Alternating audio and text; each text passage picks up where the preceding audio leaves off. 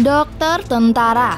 Mendengar kata ini, mungkin yang bakal tersemat di pikiran banyak orang adalah sosok penyembuh yang khusus menangani para serdadu yang sakit. Secara harfiah mungkin begitu ya, tapi dokter tentara tidak sesederhana itu. Mereka tidak stay atau tidak berdiam diri menunggu pasien, melainkan ikut bertempur. Keberadaan dokter tentara ini luar biasa pentingnya loh. Di pertempuran, mereka sama sekali tidak tergantikan dan sangat vital. Makanya di dalam peperangan, para dokter ini sering menjadi inceran musuh. Menjadi dokter tentara ini juga bisa dibilang susah loh. Banyak hal-hal berat yang harus dilalui.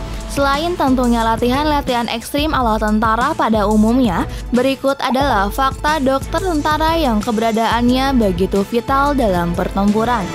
Seperti biasa, sebelum lanjut, jangan lupa untuk tekan tombol subscribe bagi yang belum, like dan aktifkan notifikasinya agar kalian tidak ketinggalan video menarik lainnya dari channel 7 Detik.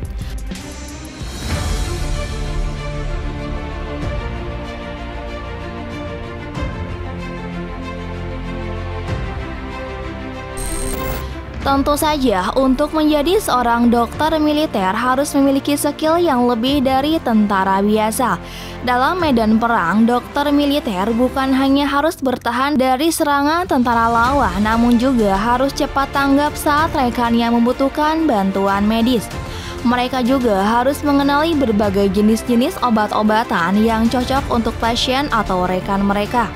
Di Indonesia, setelah seorang perwira diberi pendidikan mengenai ilmu militer untuk selama 7 bulan, dia harus melakukan pendidikan khusus untuk medis selama 3-5 bulan.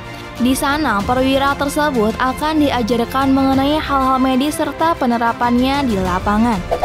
Pada Perang Dunia Pertama, seorang dokter militer adalah sasaran utama untuk diserang.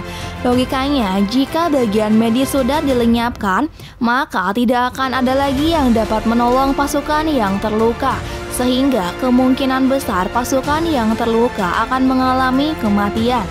Namun setelah diberlakukan Perjanjian Jenewa I, dalam peperangan dilarang melakukan serangan pada pihak medis. Setelah Perang Dunia Kedua, serangan pada pihak medis hanya diperbolehkan apabila pihak medis melakukan konfrontasi lebih dahulu.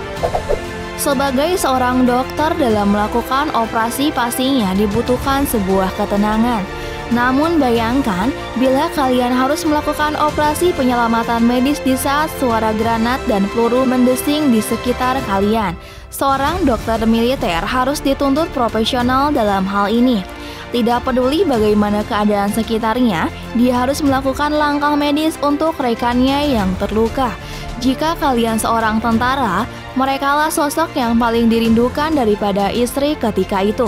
Sebagai satu-satunya kelompok yang tahu tentang ilmu medis dalam militer, tentu perang mereka sangat vital. Mereka harus tetap siaga kapanpun mereka dibutuhkan. Tugas mereka adalah melakukan pemeriksaan, perawatan, dan pengobatan terhadap pasien mereka. Biasanya mereka ditempatkan di pos atau di rumah sakit militer. Sniper boleh dikenal dengan kemampuan bidiknya. Tentara serbu pun dikagumi karena keahlian bertempurnya. Tapi yang lebih sangar tentunya dokter tentara. Mereka tak hanya mampu bertempur, tapi juga melakukan tugas pengobatan. Ketika seorang pasukan hanya punya satu tanggung jawab, para dokter tentara punya dua kewajiban, bertempur dan membuat rekannya tetap hidup.